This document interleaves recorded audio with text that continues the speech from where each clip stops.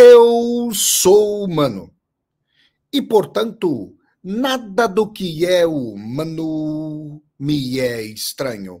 Assim falava o poeta e dramaturgo romano Terêncio, e assim falo eu, Flávio Ricardo Vassoler, escritor, professor, youtuber, nômade, fiel como os pássaros migratórios, fundador da Universidade Virtual do Vassoler e apresentador do programa Filosofia do Cotidiano na TV 247. Muito bom dia, pessoal, bom dia a todas, bom dia a todos vocês. Quarta-feira, 25 de setembro de 2024, e nós estamos aqui para mais uma aula ao vivo com Vassoler. Taca a vinheta, produção!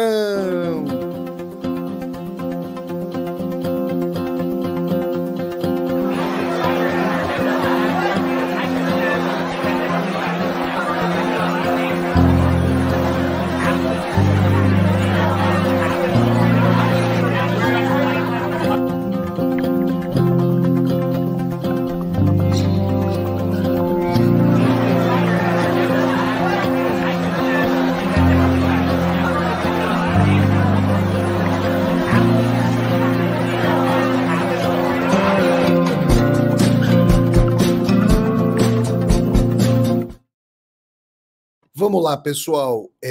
A aula de hoje, aqui no meu canal do YouTube Flávio Ricardo Vassoler, nossa aula ao vivo, vai ser sobre um tema que me deixou estarrecido. Ontem eu vi uma notícia em vários jornais no sentido de que jovens e muitos beneficiários do Bolsa Família fizeram uma quantidade assim bilionária de pixels para esses sites de aposta, as bets, o capitalismo cassino. Eu fiquei refletindo sobre isso, eu falei, não, isso merece certamente uma aula para a gente procurar entender essa tendência. Claro, gente, lógico, vocês podem chegar para mim e falar, Vassoler, isso não é novo. Por exemplo, o Dostoiévski, que está aqui atrás de mim, Fyodor Dostoiévski, foi lamentavelmente viciado em jogo durante um período da sua vida, foi uma tragédia. Escreveu até uma novela, Um Jogador, ou O Jogador, Igrok, né? O livro, a novela do Dostoiévski. No Brasil, até agora eu não sei se permitir, bom, se as bets estão permitidas, então o negócio do cassino está permitido também, né? Mas sempre houve aí loteria esportiva, loto, Mega Sena. Então não é de hoje que os jogos estão aí, né? Então, assim, por um lado, o fenômeno não é novo, só que tem aqui, sim, a meu ver, uma mudança histórico-qualitativa importante nessa questão da adesão em massa às bets. Gente, beneficiários do Bolsa Família e jovens, bom, mas os beneficiários do Bolsa Família especificamente, são pessoas que estão em situação de profunda vulnerabilidade de renda, né? Por isso são pessoas que recebem o Bolsa Família, e nós temos uma correlação entre camadas populares e uma religiosidade protestante que diz respeito, em boa medida, à questão da teologia da prosperidade, a dimensão de graça e prosperidade econômica, graça de Deus e prosperidade econômica. E mais, né? Nós estamos numa época de culto, eu diria, religioso, não só no sentido da religião em stricto sensu, mas no sentido do hedonismo, do afã, da admiração, pelo dinheiro, pela riqueza, pelo hedonismo. Então, existem, e a gente precisa correlacionar esses aspectos também à questão de que mudanças estruturais profundas no capitalismo solapam a antiga e assim chamada ética do trabalho. Quando a gente correlaciona esses aspectos, a meu ver, nós conseguimos entender Essa adesão mais maciça, gente, bilhões de reais para essas bets. Eu já vi site de tigrinho, aparece lá o tigrinho. Hoje, por exemplo, tempo atrás aí fui fazer a barba, tem um salão de cabeleireiros aqui pertinho, uma barbearia, e aí quando cai o caminhão de Gillette aqui, a gente brincava, fazia uma brincadeira, ó, o cara que não faz a barba como eu, ó, caiu o caminhão de Gillette na frente da tua casa? Pois é. Quando cai o caminhão de Gillette aqui em frente de casa, eu em frente à minha casa, eu vou lá e faço a barba. Gente, o pessoal lá do salão, todo mundo falando, não, porque o jogo tal, eu apostei, e ganhando dinheiro, e não sei o quê, e os prêmios, papapá. O que está acontecendo? Vamos entender isso em mais essa aula ao vivo com Vassoler, tá bom? Antes de mais nada, eu quero pedir a todas e a todos vocês que deem um like aqui no vídeo, que curtam o vídeo, que disseminem esse vídeo pelas redes sociais, para que nós possamos dialogar com cada vez mais e mais pessoas. Aqui embaixo do vídeo tem a tecla Seja Membro, vocês podem se tornar membros humanistas do canal. Tem também a tecla Valeu, para vocês poderem fazer uma contribuição financeira. Tá passando aqui ao pé do vídeo, no banner azul rotativo, a chave do Pix, para vocês poderem fazer um Pix aqui para o meu canal, Flávio Ricardo Vassoler. A chave do Pix é nomade.editora@gmail.com. Eu repito, nomade.editora@gmail.com. Quem estiver aqui no chat do YouTube pode mandar um super sticker, que é uma saudação paga, e ou um super chat, que é uma pergunta paga, e eu vou agradecer muito a vocês. Se inscrevam aqui no canal e toquem a sinetinha para poderem receber as notificações. Ó, e tá passando aqui embaixo também o endereço do novo site do professor Flávio Ricardo Vassoler, tá passando aqui, ó, www.flavioricardovassoler.com.br. Acessem o site, tá bom? Vamos lá, gente. Pessoal, olha, existem pessoas que são ateias, né? Não, Deus não existe e tudo mais. Essas pessoas, olhando para essa época, deveriam saber que estão equivocadas. Se acham que Deus não existe, podem ter certeza que o capital é o Deus dessa época. E agora, esse Deus, ele reina hegemônico sem quaisquer contraposições em relação a credos e igrejas outras. Porque com o colapso do socialismo real, que essencialmente era bem materialista, inclusive, achando que, claro que nós temos boa parte das demandas da nossa vida aqui na imanência, mas o socialismo, em enorme medida, esse sim ateu, ou supostamente ateu, porque criou a sua própria religião, os seus próprios adeptos, os seus próprios ortodoxos, os seus próprios xiitas, digamos assim, né?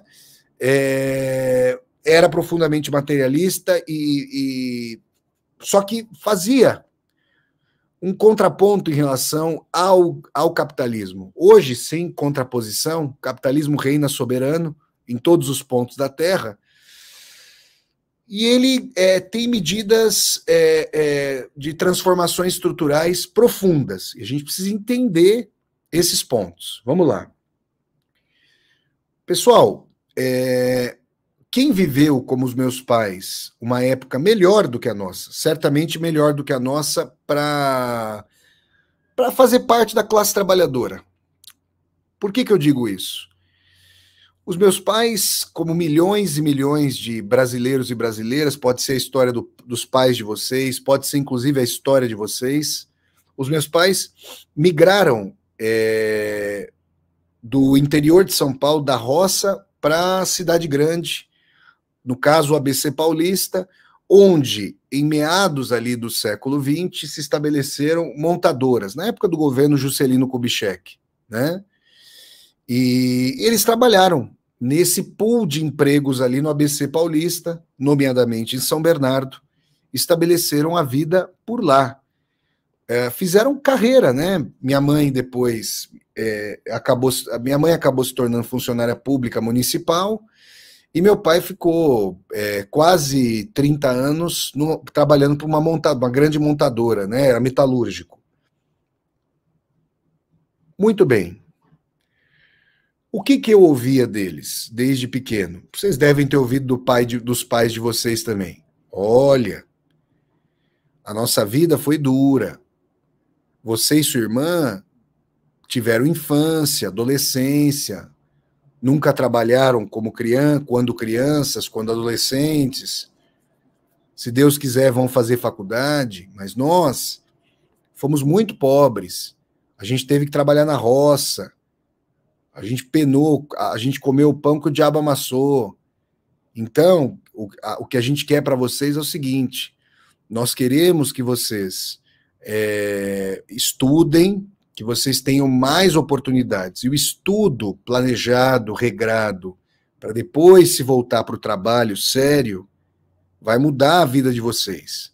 E aí vocês vão ter uma vida digna. Vocês vão ter uma vida condigna, materialmente melhor do que a vida que nós tivemos. A gente procura dar uma base de dignidade para vocês, mas nós queremos que vocês tenham uma vida melhor.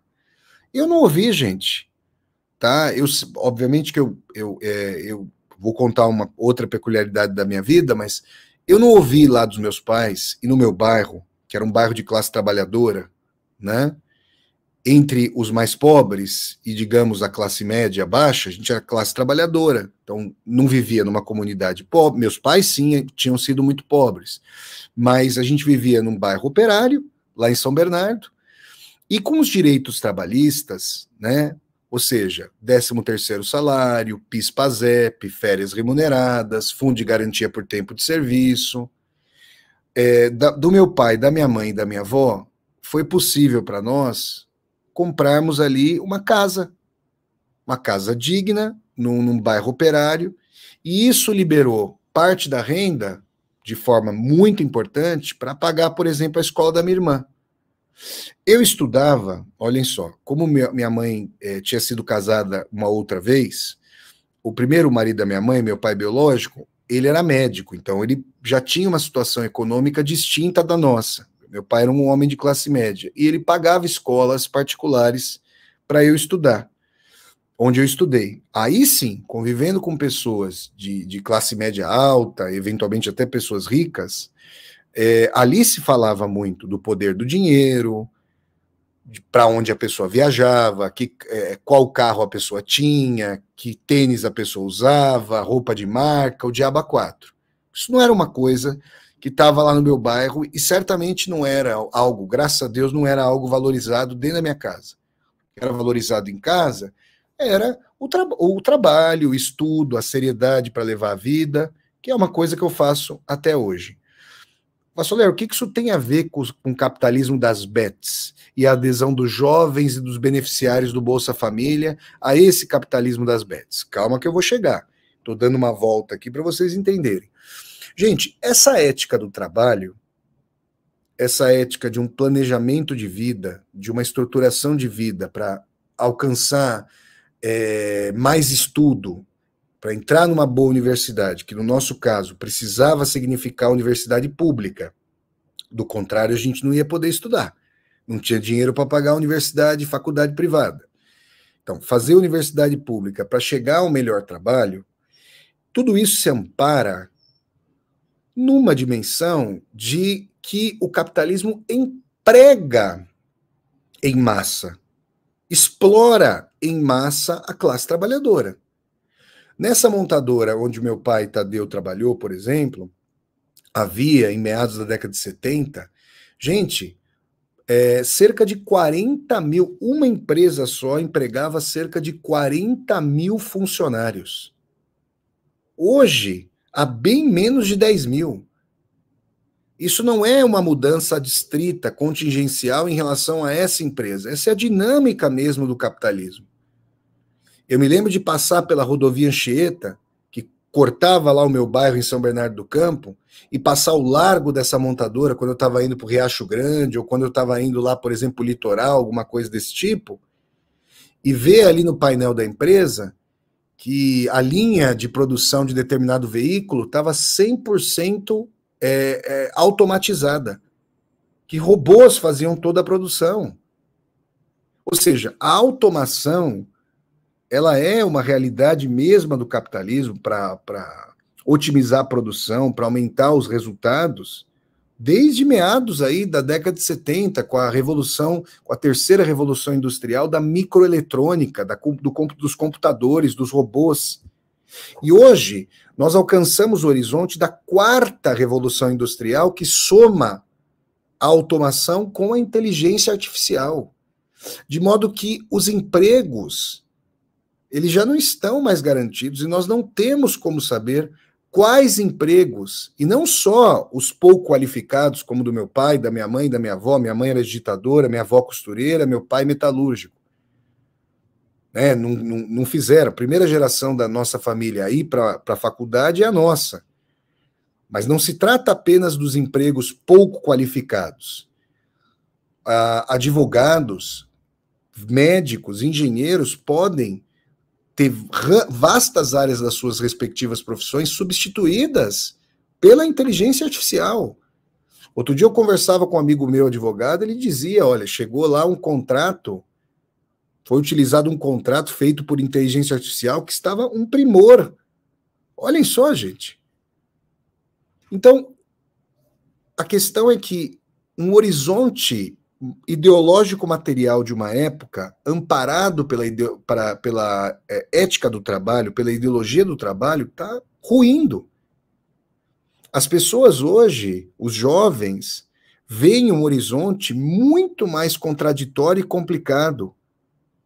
Emprego sem estrutura de carteira de trabalho, de formalização do emprego, precarização do emprego, sem direitos trabalhistas. O caráter de mercadoria substituível, fungível, dispensável, alcançou também a dimensão do próprio trabalho. Com a proteção das leis trabalhistas, que ainda há em termos, mas que foi muito solapada desde o golpe que se aplicou contra a presidenta Dilma, os golpistas da extrema-direita brasileira fizeram a degola trabalhista, nós temos uma dimensão de que o trabalhador e a trabalhadora ficam muito mais desamparados. Quando eu converso muitas vezes com motoristas dos aplicativos, eles falam, olha, eu estou há 1 ano, 2 anos, 3 anos, ou alguns meses trabalhando aqui, porque perdi meu emprego, apesar de que agora estão sendo criados mais empregos no Brasil. Mas essa atomização, essa uberização, essa precarização do trabalho, dão as mostras de que estruturalmente o capitalismo está se transformando para pior, numa situação em que, se meus pais fizessem hoje o êxodo rural, teriam muito mais dificuldade do que nas décadas de 60, 70 e 80 para comprarem uma casa, se é que conseguiriam. Percebem, não?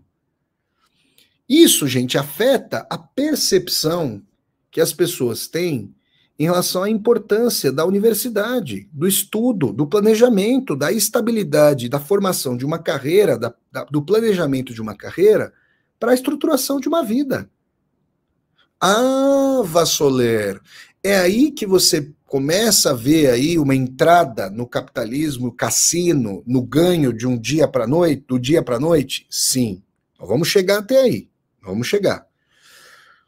A financeirização do capitalismo é um dado objetivo da nossa época. O Lula, por exemplo, ontem, recebeu um prêmio lá da Fundação Bill Gates, do combate à fome, e falou, tem gente que fica no capitalismo cassino, no capitalismo financeiro, e sem produzir uma caneta e um copo, fica bilionário, só com a especulação financeira, só na base dos investimentos. O que está acontecendo? Está acontecendo que o Karl Marx, né, o grande estudioso do capitalismo, publicou os volumes do Capital ali ao longo fins da década de 1860, depois ao longo da década de 1870, ele falava de uma mudança estrutural na dinâmica do capitalismo, da exploração inicial do trabalho para a formação de mais-valia, com a substituição dessa exploração do trabalho humano pela própria ciência gerando mais-valia. A questão é que não haveria nem a mais-valia extraída pela exploração do trabalho humano, nem o mercado consumidor. A gente pode imaginar com essa expulsão dos trabalhadores e trabalhadoras do mercado, da dimensão de produção e de exploração econômica, quem vai comprar os produtos do capitalismo de massas? Essa é uma questão fundamental. Só que às mudanças estruturais do capitalismo não corresponde uma revisão ideológica do hedonismo e do ultramaterialismo. Não há uma correspondência disso. Ou seja, as pessoas estão sem a perspectiva de aposentadorias, me refiro à minha geração e à geração dos mais jovens. Se eu for me aposentar, isso vai ser função de um planejamento que eu mesmo venha fazer. Se eu depender, por exemplo, da dilapidação da previdência social, do sistema de aposentadorias que o neoliberalismo quer fazer, inclusive recentemente, no programa Filosofia do Cotidiano que eu apresento na TV 247, eu entrevistei a Miúcha Ticarone e a Ana Paula Cavini, duas servidoras públicas federais do INSS, que falaram sobre o que está acontecendo no INSS e sobre os projetos de privatização do órgão, dos mais fundamentais para a civilização brasileira. Então, se eu esperar isso, eu estou pego. E os mais jovens, então, minha Nossa Senhora, então você não tem perspectiva de aposentadoria. Você não tem perspectiva de direitos trabalhistas. Você é mandado embora muitas vezes, não ganha nada. Você não tem proteção, não tem mais seguro-desemprego, você não está formalizado. Como é que você vai ter seguro-desemprego, vai ter multa rescisória, vai ter acesso ao seu FGTS? Como é que você vai fazer? Percebem, não? Então, é uma situação, gente, que gera uma insegurança econômica brutal. Insegurança econômica, gente, é função de doença psicológica, angústia, taquicardia, desespero, insegurança, tudo que a gente possa imaginar, ansiedade, a indústria farmacêutica ganhando dinheiro em cima disso, não preciso nem dizer, né? E aí, gente, o que é importante dizer? O capitalismo, a indústria de publicidade recrudesce a dimensão de que se você e eu, se nós não somos ricos, não aderimos ao estilo estúpido, imbecil de vida, o desprezo que eu tenho por isso é uma coisa assim contumaz, né? Mas as pessoas, gente, que instrumental tem as pessoas para desconstruir isso? Com o solapamento das ciências humanas, das humanidades, com índice de leitura muito ruim, com a concentração dilapidada pelas redes sociais, pela indústria cultural 2.0 das redes sociais. As pessoas não compreendem que essa é uma vida coercitiva, que essa não é a realidade última e nem a primeira, que nós não precisamos aderir a isso para buscarmos sentido e felicidade na vida. É difícil desconstruir isso. Eu tive muito direito ao estudo e privilégio para poder estudar, para poder chegar a esse ponto e falar, não é isso que eu quero para minha vida. Eu certamente sei que eu sou uma exceção, e graças a Deus sou uma exceção nesse aspecto. Foram muitos os fatores na minha vida que me levaram a isso. É difícil, gente, você fazer com que as pessoas possam romper com isso. Nós somos julgados por nossos familiares, por nossos muito amigos, pela televisão.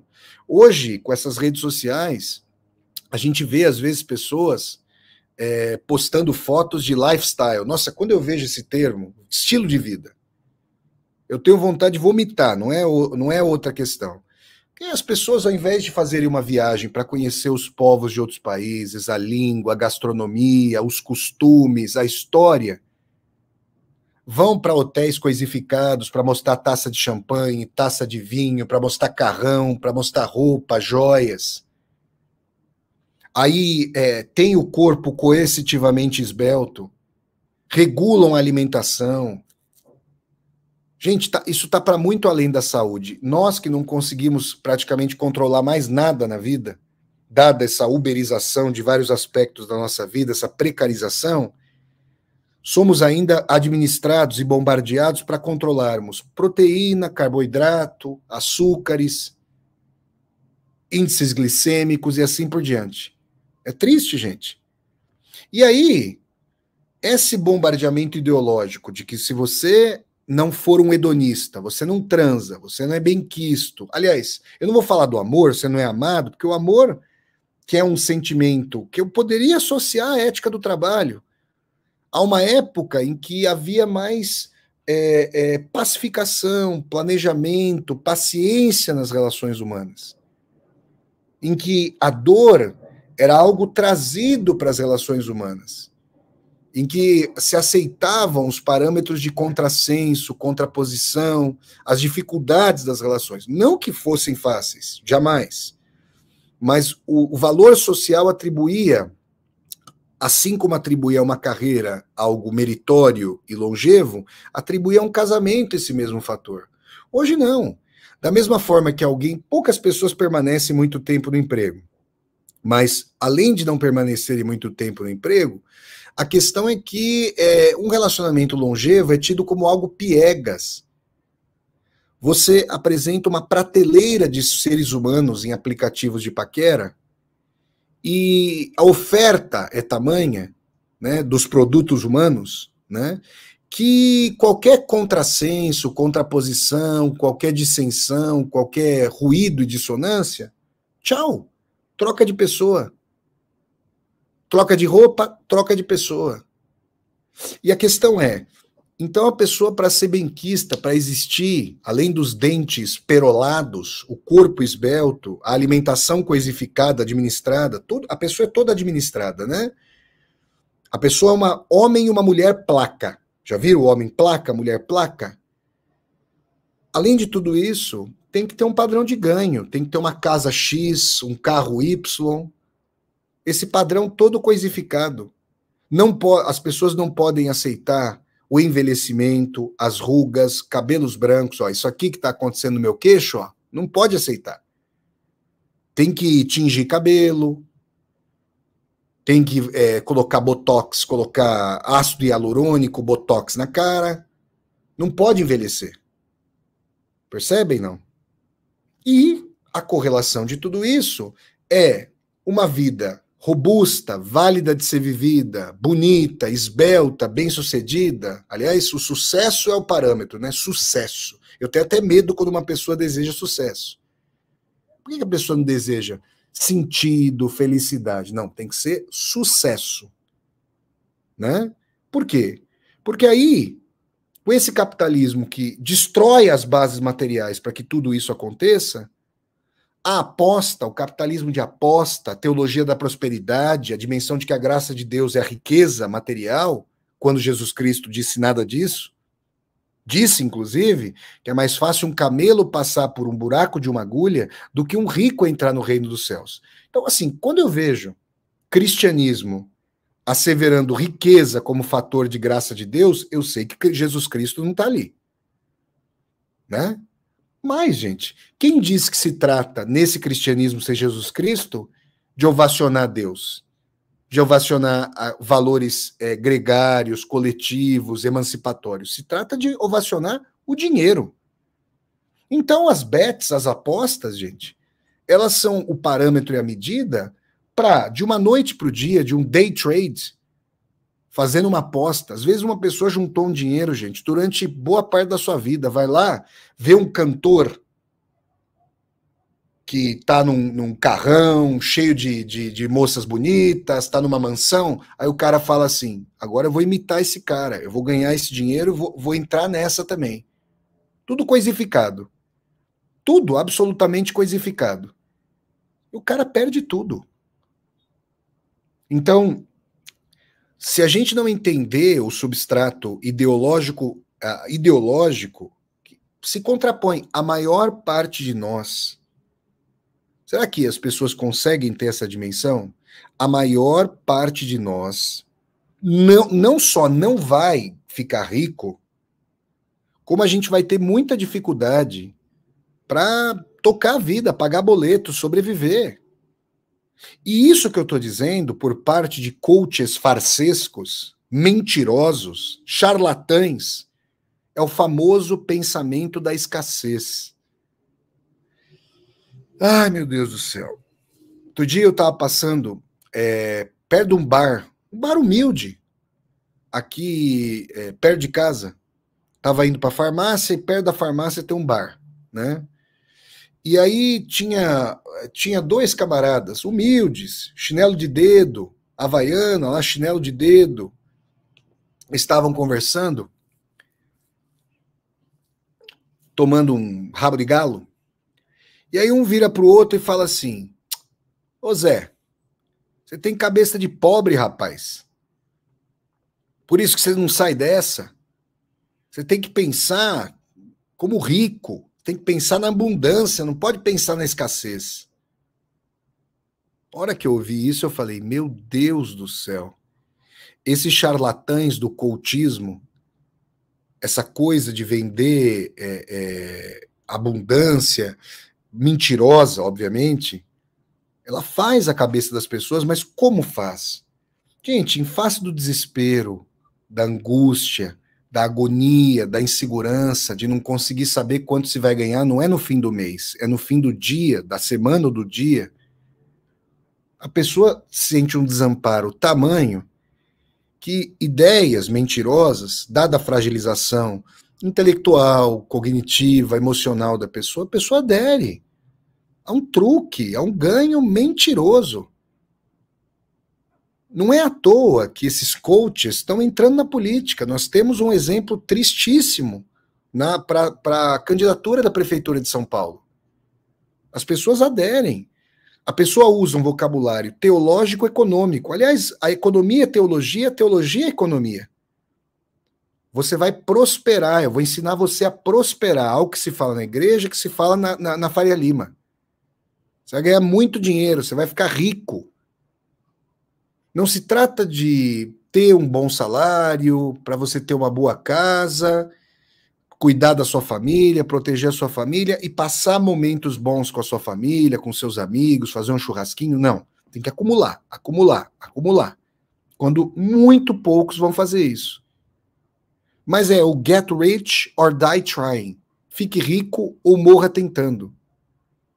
E a questão, gente, quando o Banco Central nos mostra, isso é muito importante que nós mencionemos, quando o Banco Central nos mostra que um contingente significativo de cerca de 20%, se eu não me engano, de beneficiários do Bolsa Família, que são pessoas das camadas mais populares do Brasil, que estão recebendo cerca de R$ 600, aí varia, né? Mas de 600 a R$ 1.000, gente, com 600 reais hoje, por exemplo, numa cidade como São Paulo, você não vai nunca pagar um aluguel. Os aluguéis são muito caros aqui em São Paulo. Então você não vai pagar isso.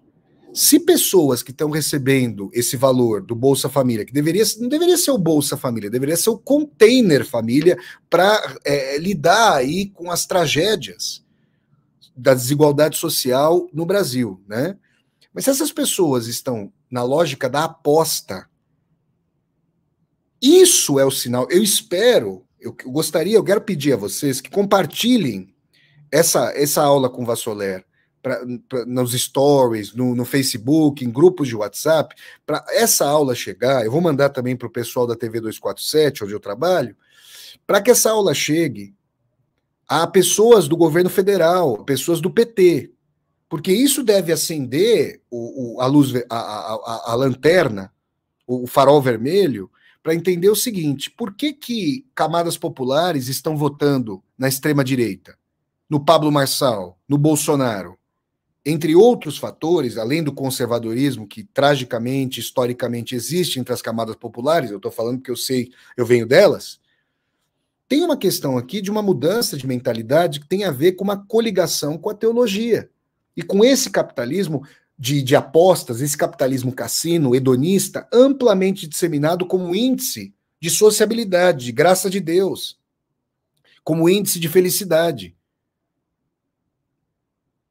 E isso está fazendo, por exemplo, com que, na cidade de São Paulo, o Lula, por mais que esteja se associando à candidatura do Guilherme Boulos, que deveria ser eleito prefeito, o apoio, o apoiarei, votarei nele em primeiro e segundo turnos. Agora, no dia 6 de outubro, com certeza meu voto será 50 Guilherme Boulos, é claro. Mas está difícil para o Boulos, que tem ainda uma identidade vinculada mais à esquerda, diferentemente do Lula, que já é uma figura agora vista como ecumênica e mais do centro, o Boulos está ligado a um movimento simplesmente essencial, o movimento dos trabalhadores sem teto, a causas maravilhosas. 80 mil pessoas na cidade de São Paulo moram na rua. Isso deveria corroer o coração das pessoas. Isso deveria fazer com que as pessoas, com que nós quiséssemos que essas pessoas fossem amparadas por políticas públicas. Mas nessa lógica do individualismo, que atribui a essas próprias pessoas, e não ao colapso das políticas públicas, a um Estado oligárquico, a tragédia da vida dessas pessoas, quando a tragédia social é atribuída ao indivíduo, cada um que faça por si mesmo. E eu que me preocupo com a minha própria vida. Então, o cultismo, o cara que acha que ele vai transformar o Estado não em empresa, mas em cassino, para cada um ganhar e prosperar, que é o engodo do senhor Pablo Marçal, ele que seduz, e seduz camadas populares. E se não estivesse seduzindo, as pessoas do Bolsa Família não estariam aderindo a isso. Eu lembro aqui a vocês uma coisa muito importante. O Bolsa Família, originalmente, foi idealizado pelo Frei Beto como fome zero. E junto com o recebimento dos alimentos, da quantia transferida pelo Estado, haveria formação política, para as pessoas entenderem a realidade. Isso foi tirado. Por quê? Porque isso politizaria bastante o programa, que era a ideia original e maravilhosa. Agora a política de transferência, ela está sendo, aqueles que recebem estão sendo politizados pela direita, pelo capitalismo de cassino, pelo cultismo, pelo hedonismo, pela lógica do day trade, das apostas, do tigrinho. Perceberam, gente? Isso é de arrepiar. É de arrepiar. A classe média, né, adere maciçamente à lógica dos investimentos. Nossa, o que eu vejo de pessoas ao meu redor, não porque é título da dívida, não porque é fundo disso aqui, é fundo de não sei o que lá. Gente, sou extremamente conservador e temerário com relação, tenho bastante receio com relação a tudo isso, né? Nunca vai sair de mim a ética do trabalho, a dimensão do estudo, do trabalho. Bom, olha aí, ó, surge uma notícia nova, surge um tema importante, eu vou lá, reflito sobre ele, venho aqui, ou escrevo sobre ele, ou mais contemporaneamente, ministro uma aula sobre ele. Mas isso diz respeito a uma característica histórico-material, psicológica da minha vida, né? Que me fez estudar. Vejam, gente, tudo isso que eu falei para vocês me amparou para mudar os valores, mas eu vi a morte das pessoas mais importantes da minha vida, meus pais, minha avó, e eu sempre digo isso, né? Eu repito aqui, eu não vi no caixão gaveta para joias, nem eles tinham, obviamente, mas eu não vi no caixão gaveta para joias, cofre, estacionamento para carro, eu não vi. Só que o hedonista, um coach poderia dizer que além de eu pensar na escassez, eu estou pensando uma... E é isso, quer dizer, o cristianismo tradicional fazia com que a imanência fosse um caminho para a transcendência. Esse cristianismo atual, ele é desprovido de transcendência. Ele é a materialidade, ele é a imanência pura e simples, ele é o culto do capital, ele é o culto do dinheiro, ele é o culto do materialismo. Então, ficar pensando que da vida não se leva a nada, como a musiquinha do Silvio Santos. Aliás, ele preparou com Topa Tudo por Dinheiro muito dessa adesão, desse culto à fortuna, né? Ideologicamente no Brasil. Mas quando se fala da vida não se leva a nada, vamos sorrir e cantar, você tem uma coisa aqui que mesmo bestializada e imbecilizada pelo entretenimento, ela é menos hedonista no sentido, ó, curte aqui o momento com a sua família, ter uma experiência simples, e não ficar pensando em performance sexual, performance na academia, performance financeira, performance no culto à mercadoria de si e das coisas que se expõem, que são expostas. Percebem, gente? Então aqui a gente está numa dimensão, numa situação para compreender essa adesão. Os jovens se sentem medo em relação ao futuro. Um afeto, na verdade, o medo, infelizmente, é um afeto preponderante da nossa época. O medo em relação ao futuro, o medo em relação à velhice, o medo do outro, dada a competitividade, dada a desconfiança, né? E se a pessoa puder entrar na boa de um dia para a noite, a pessoa vai ser benquista, a pessoa vai ser vista como bem-sucedida, a pessoa vai ser vista como inteligente, a pessoa vai pairar sobre os demais. Aliás, pairar sobre os demais é o que mais se vende como dimensão e medida de sucesso. Tristemente. Tristemente. Então é assim que eu analiso essa preponderância de um capitalismo de cassino, de um capitalismo que produz menos, de fato, para menos pessoas e produz menos. Concentra mais renda. Faz com que a dimensão da concentração de renda, a dimensão diferencial de renda, seja o marco da felicidade e do sucesso. Eu conheço pessoas que querem ficar milionárias. Obviamente eu me distancio dessas pessoas. Né? Não tem correspondência de vida. E eu lamento que essa seja... Porque se nós tivéssemos... Olha, perto dos valores da época dos meus pais, eu diria que o capitalismo ali era... Por que havia a antítese do socialismo? Por que havia uma classe trabalhadora e uma classe trabalhadora organizada, sindicalizada, mobilizada? Eu diria que era um capitalismo muito mais sadio, o fordismo, com toda a sua alienação, com toda a sua exploração, com toda a rotina de trabalho brutalizada. Certamente, as pessoas que viveram essa época sabem que hoje é pior, infelizmente.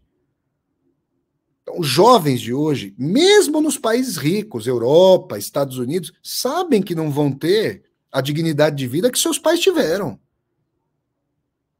Em alguns oásis de social-democracia que está sendo solapado ao redor do mundo, como a Finlândia, a Suécia, a Noruega, a Dinamarca, né, os países escandinavos, você tem jovens mais inteligentes, mais bem educados, mas também estão sendo imbecilizados por essa época, né? Que não acham que ficar rico é o mote da vida, que ser de classe média, ter acesso a uma saúde pública, ter acesso a uma universidade pública, viver numa sociedade segura, numa sociedade sem grandes trepidações e movimentações sociais, que a pessoa pode ter uma vida boa. Não é isso, gente. É o capitalismo voraz na sua fase terminal, matando o mundo, queimando o mundo, hiperaquecendo o mundo, concentrando renda, tá destruindo essas pontes. Então, para a gente compreender esse fator das bets para as camadas populares, beneficiários do Bolsa Família e de jovens, a gente realmente... Como é que o governo federal vai intervir nisso? Vai atuar ideologicamente? Como é que o PT, os partidos mais à esquerda... Porque você percebe, é difícil, gente, o aburguesamento dos valores é tamanho, essa coisa de você ter a dimensão da felicidade com a riqueza é algo tão impregnado no imaginário das pessoas que você perderia voto remando contra a maré. Que triste, gente, que triste época em que nós vivemos. Mas eu me propus a fazer essa aula para a gente entender a natureza social, histórica, ideológica e psicológica desse fenômeno. Eu gostaria, aliás, eu digo, se me perguntassem, se algum psicólogo, se algum sociólogo viesse me entrevistar, falar assim, fala para mim do índice de felicidade, como você vê a sua vida? Eu diria assim, ter uma possibilidade condigna de pagar as minhas contas, de me preparar para o futuro e de buscar aquilo que realmente faz sentido para mim. O quê? Escrever, fazer as viagens de Vassoler, ministrar as aulas aqui no meu canal do YouTube e, sobretudo, nos cursos literários da Universidade Virtual do Vassoler, onde eu aprofundo muitos conteúdos mais panorâmicos aqui do canal. Por exemplo, no último sábado, dia 21 de setembro, teve início o 42º curso literário da Universidade Virtual do Vassoler. Vejam, eu estou trabalhando. Aqui eu estou trabalhando. O canal é monetizado. Assim como vocês, eu também preciso ser explorado, eu preciso explorar minha força, me explorar, preciso, como trabalhador autônomo, preciso vender a minha força de trabalho para poder sobreviver. Como vocês, da mesma forma. Só que eu tenho o privilégio de fazer algo que me dá muito sentido na vida, que é lecionar. E no último sábado, a aula estava prevista para ter 2 horas, das 11 da manhã à 1 da tarde. Ela teve quase 5 horas, 4 horas e 52 minutos. Por 8 minutos, a aula não alcançou 5 horas de duração. Vassoler tinha tanto para falar assim, tinha até mais. Perguntem se eu me... Tudo bem, claro, a gente fica cansado. Mas perguntem como eu me sentia, emocionalmente, psicologicamente. Eu me sentia, e é assim que eu me sinto, sempre que eu venho aqui para o meu canal, ministro as aulas, vou viajar, quando eu convivo com as pessoas que são importantes para mim, a minha família, meus amigos e amigas, eu me sentia num outro tipo de sociedade. Uma sociedade que não ouvia excremento de música, de antimúsica. Uma sociedade que lê mais. Uma sociedade de pessoas que não cultuam o Deus capital, o Deus dinheiro. Uma sociedade de pessoas que querem conversar com mais profundidade. Uma sociedade de pessoas que se telefonam. Pois é, gente, ninguém se liga mais, ninguém se telefona. As pessoas não ouvem mais a voz simultaneamente, ao vivo, umas das outras. Uma sociedade de pessoas, gente, que querem se encontrar. Uma sociedade de pessoas que querem mais profundidade, que estão questionando a lógica do sucesso e do materialismo estúpidos. Por isso eu me senti feliz. Fisicamente eu fico cansado, como qualquer pessoa, né? Eu já não sou um jovenzinho de 20 anos, eu tenho 42 anos, mas eu estava realizado. Porque eu vi naquela comunidade de pessoas que estavam assistindo a aula ao vivo, ou que viriam assistir a gravação da aula, um grupo de pessoas querendo algo diferente dessa droga que é essa sociedade. Para dizer o mínimo, para ser educado aqui, para não usar um palavrão. Isso me traz felicidade. Ninguém está dizendo, vocês nunca vão ouvir isso, porque isso seria o famoso hipismo da classe média. Ah, o cara nunca passou necessidade, aí fala que idolatra a pobreza. Isso é um absurdo. Meus pais, que foram muito pobres, sempre nos disseram, a mim e a minha irmã, que tinha que sair daquela situação. Que eles nunca quiseram ser pobres, que eles nunca gostaram de acordar cedo. Ninguém gosta de acordar 4, 5 horas da manhã. Todo mundo gosta de dormir um pouco a mais. Ninguém gosta de estar num ônibus superlotado, no metrô superlotado, com as pessoas também cansadas, aflitas, preocupadas, endividadas. Então, o que eles falaram é para a gente estudar e se esmerar para poder melhorar de vida. Agora, melhorar de vida não significa querer ser investidor, querer ser rico, querer ostentar para os outros um carrão, querer ostentar casona. Não. É ter experiências significativas, vínculos humanos significativos. Forjar uma vida de acordo com as próprias tendências. Essa dimensão de próprias tendências já é sair do formigueiro, da colmeia, e olhar quem eu sou, o que eu quero ser.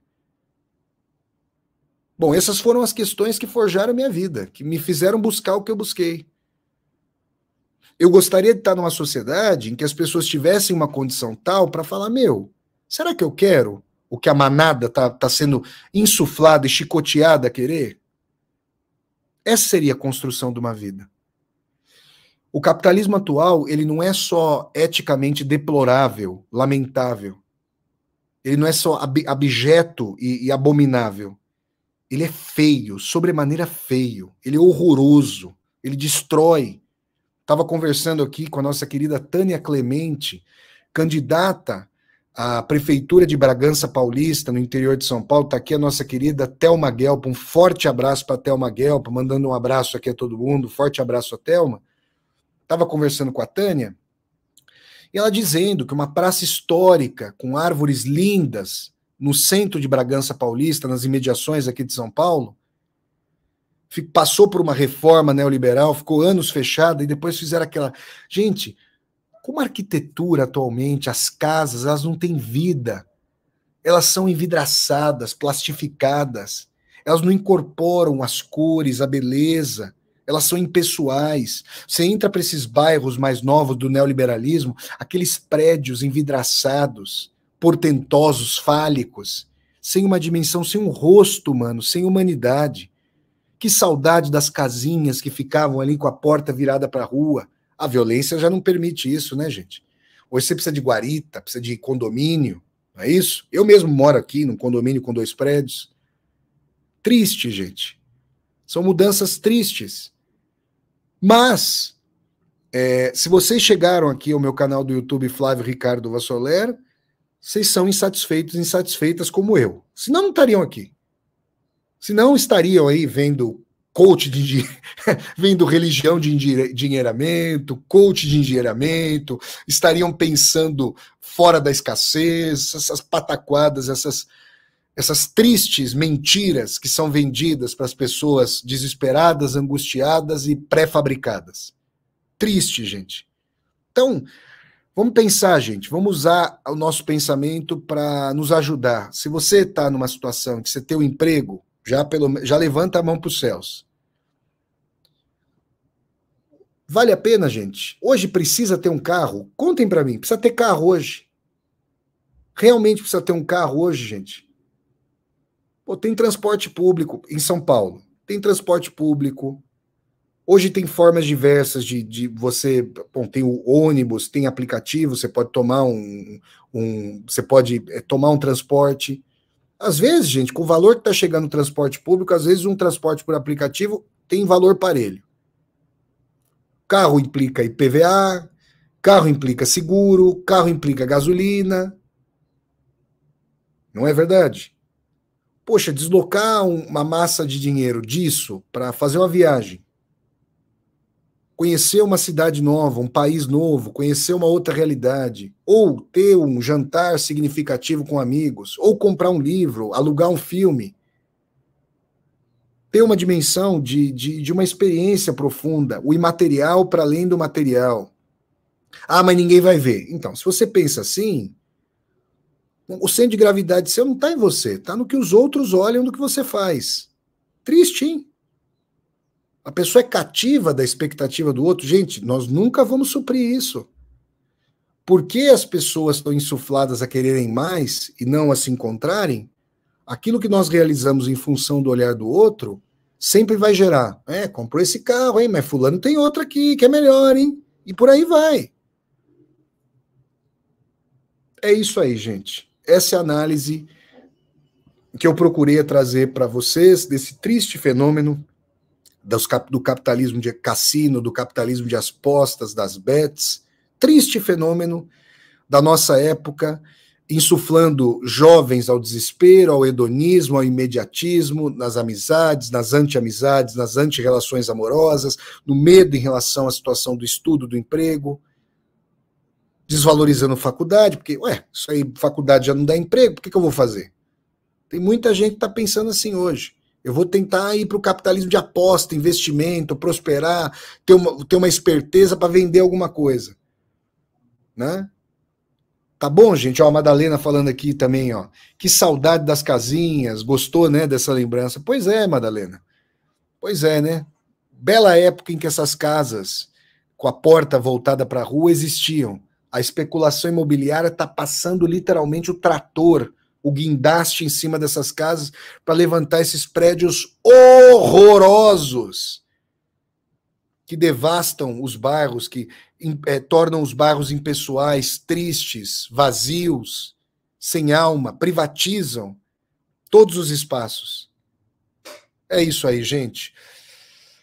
Eu peço que vocês deem um like no vídeo, curtam o vídeo, disseminem esse vídeo pelas redes sociais, para que nós possamos dialogar com cada vez mais e mais pessoas.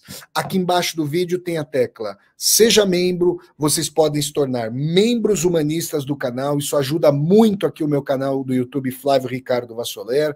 Tem também a tecla Valeu, para vocês poderem fazer uma contribuição financeira. Está passando aqui ao pé do vídeo, no banner azul rotativo, a chave do Pix, para vocês poderem fazer um Pix aqui para o meu canal, Flávio Ricardo Vassoler. A chave do Pix é nomade.editora@gmail.com. Eu repito, nomade.editora@gmail.com.